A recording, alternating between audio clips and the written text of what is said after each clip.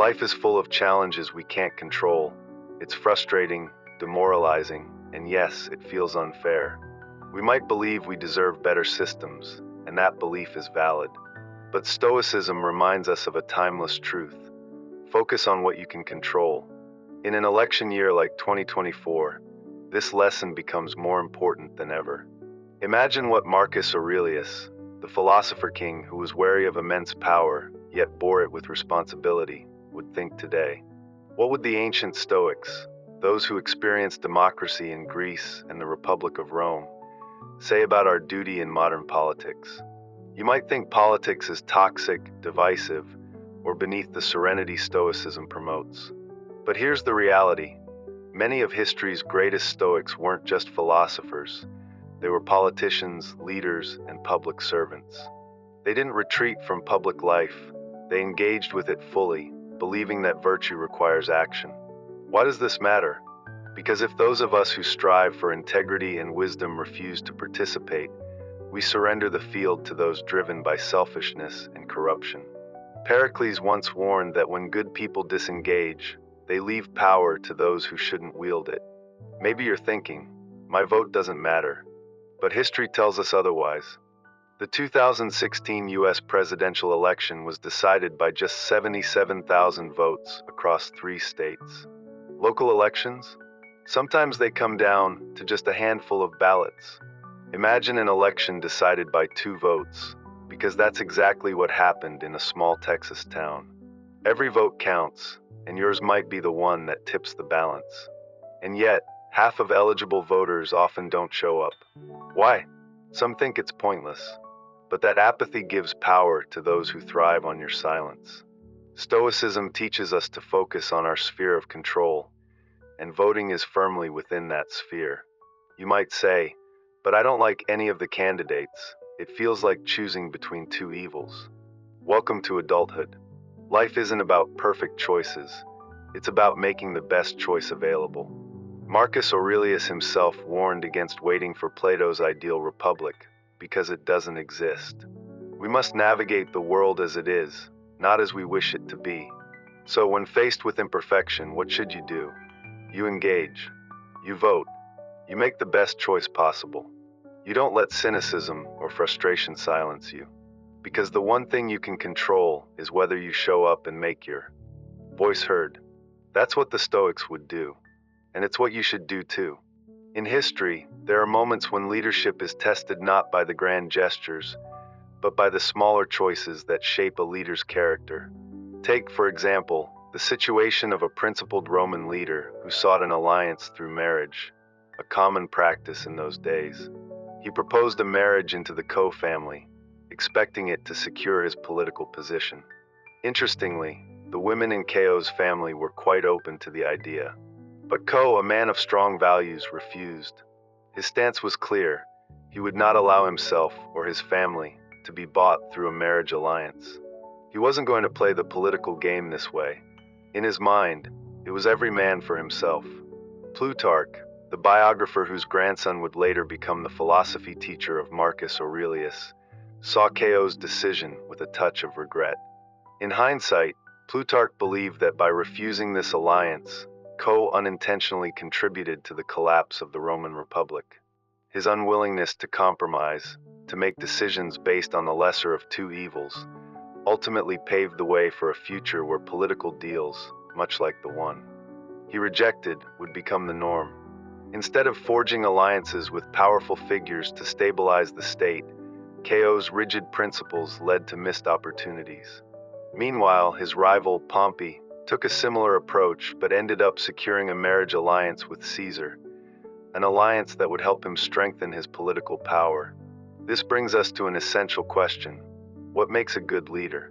And what can we learn from Stoic philosophy about the qualities we should seek in a leader? In Meditations, Marcus Aurelius provides us with some insight into what he valued in leadership, specifically in his stepfather, Antoninus Pius.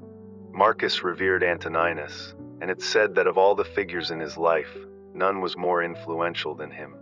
Antoninus was a seasoned politician who held various important offices, including serving as a senator. He was an exemplary leader, deeply involved in Roman public life. The philosopher Hadrian selected him as the ideal guardian for Marcus, believing that Antoninus would prepare him for eventual leadership.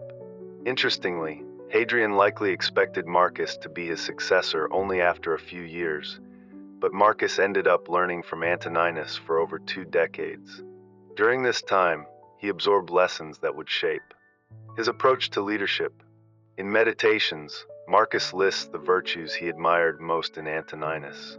These included compassion, unwavering commitment to decisions, indifference to superficial honors, hard work, persistence, and an openness to listen to anyone who could contribute to the greater good. Antoninus's ability to balance when to push and when to step back, his dedication to the needs of the empire, and his willingness to take responsibility. These were all qualities that Marcus deeply appreciated. What stood out most was Antoninus's ability to enjoy and abstain from things that most people find hard to resist. In many ways, Antoninus was the model of self-control, strength, and perseverance. His leadership, grounded in virtue and service to the state, is often seen as one of the highest examples of Roman leadership. Marcus Aurelius, despite his own greatness, understood that Antoninus was the real pillar of Rome's golden age. The 5 good emperors, as they are known, all followed in Antoninus's footsteps. Yet, unlike Marcus and others, Antoninus's leadership was free from shame, power struggles, or fatal flaws. Now let's bring this back to the modern world. As we think about leadership today, especially in the context of political power, we must ask ourselves, who are the leaders that align with these Stoic virtues? Who embodies the traits that Marcus so admired in Antoninus: integrity, selflessness, responsibility, and a deep commitment to public service? Unfortunately, these qualities are rare. Far too often, we see leaders who are driven by ego, fame, and personal gain, rather than by a true desire to serve the people. This is why Marcus Aurelius's concerns about the corrupting influence of absolute power are so relevant. He feared that the immense power of the emperor would change him, would dye him with the corrupting influence of authority. He knew that without wisdom and self-control, a leader could easily succumb to arrogance, manipulation, and tyranny. In modern terms, the same applies to anyone holding significant power, especially those in positions of great authority, like the president of a nation. If a leader lacks self-control, if they are not guided by virtuous principles, they are not only ill-suited to lead, but also ill-suited to wield the immense power they hold. The example of Nero's reign is a stark reminder of this. In the early years, he was guided by advisors like Seneca, and his reign was relatively stable. But his power seeped into his system. It exposed his weaknesses, his vanity, his insecurity, and his lack of competence. Nero craved attention, sought validation, and was more interested in being a poet or an artist than a ruler. His reign eventually descended into chaos, with cruelty, murder, and neglect for the people. Nero's story shows that power doesn't just corrupt, it reveals the true character of the individual. And in Nero's case, that character was deeply flawed. What does this mean for us as citizens today? It's not enough to look at a leader's popularity or charisma. We must ask ourselves if they possess the moral fiber to lead, if they can exercise self-control, if they are motivated by service, and if they can navigate the immense responsibility of power without letting it distort their judgment. History is full of examples of both great leaders and disastrous ones. We must strive to ensure that those who hold power are individuals of the highest moral character, for only then can they fulfill the true role of leadership: to serve, not to be served. Ultimately, as the Stoics remind us, leadership is not about personal glory or the trappings of power. It's about responsibility, service, and the capacity to lead by example. If a leader cannot manage their own desires, how can they hope to lead an entire nation? The Stoics understood this deeply, and we would do well to remember it when we consider who we entrust with power. When you encounter someone who is dishonest, deceitful, or simply lacking integrity, someone whose behavior you would never tolerate in a leader, co-worker, or business partner, you're facing a character issue that can't be ignored. The Stoics understood this fundamental truth: character is fate. It doesn't matter how much you agree on specific issues with someone. Ultimately, the integrity of a person shapes everything. If someone consistently shows bad character, you must accept that it will influence their actions and decisions, and it will likely lead to trouble. This timeless truth can be illustrated by the story of the frog and the scorpion.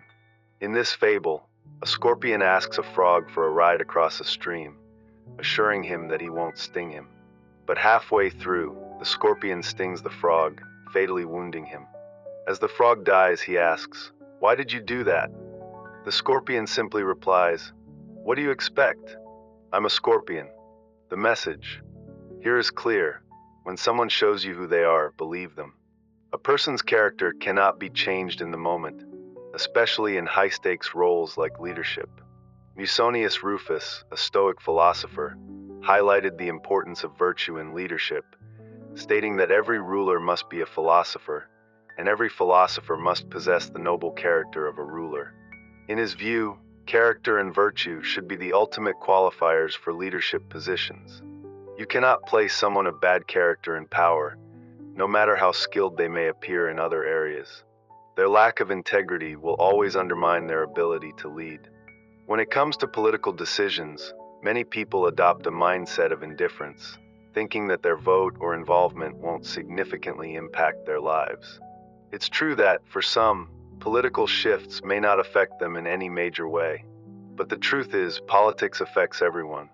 The decisions made by those in power ripple across societies, impacting individuals, families, and communities, especially those already vulnerable. For example, will the choices of a leader affect people in Ukraine, single mothers, minorities, or LGBTQ+ communities? Absolutely. So when you cast your vote, consider how it will impact others, especially those whose lives may be harder than your own. John R.S., a philosopher, talks about going through life as if there's a veil in front of us, one that prevents us from truly understanding our place in society. He emphasizes that we cannot just think about what benefits us personally, but rather, we must consider how policies and actions will affect the broader population. A truly compassionate approach to politics requires empathy and a commitment to the common good. It means asking, if I were at the lowest rung of society, how would I feel about this policy? In his Meditations, Marcus Aurelius reminds us that injustice is not only about what we do, it's also about what we fail to do. By doing nothing, by shrugging our shoulders and saying, "It doesn't matter," we commit an injustice. The choices we make or fail to make have profound effects on others. This idea also applies to political activism. While it's important to advocate for what we believe in, Stoicism teaches us to avoid petulance and rash decisions born from frustration. We must think beyond personal grievances and consider the broader, long-term consequences of our actions.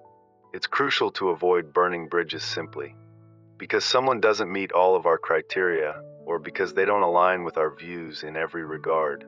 This kind of all-or-nothing thinking is counterproductive, not just politically but socially as well. While Marcus Aurelius, as emperor, might seem like a distant figure from the modern electoral system, his respect for leadership and governance offers valuable lessons. Marcus respected the Roman electoral process, even though he had the power to bypass it. He understood the importance of leadership that is humble, grounded, and in service to the people. When he shared power with his co-emperor Lucius Verus, it was a testament to his belief in balance and shared responsibility, a far cry from the idea of unchecked, singular rule. In choosing leaders, we must assess not just their policies, but their character, who can maintain their composure under pressure, who values integrity over superficial gains, who is immune to flattery, listens to constructive criticism, and remains steady in their principles, who is loyal, humble, and focused on the common good. Ultimately, the decision is yours, but I urge you to approach it as a Stoic. Reflect on what is truly important and how your choices will affect not just you, but everyone. Choose wisely, for the leaders we elect today will shape our world tomorrow. Make it a world worth living in for all.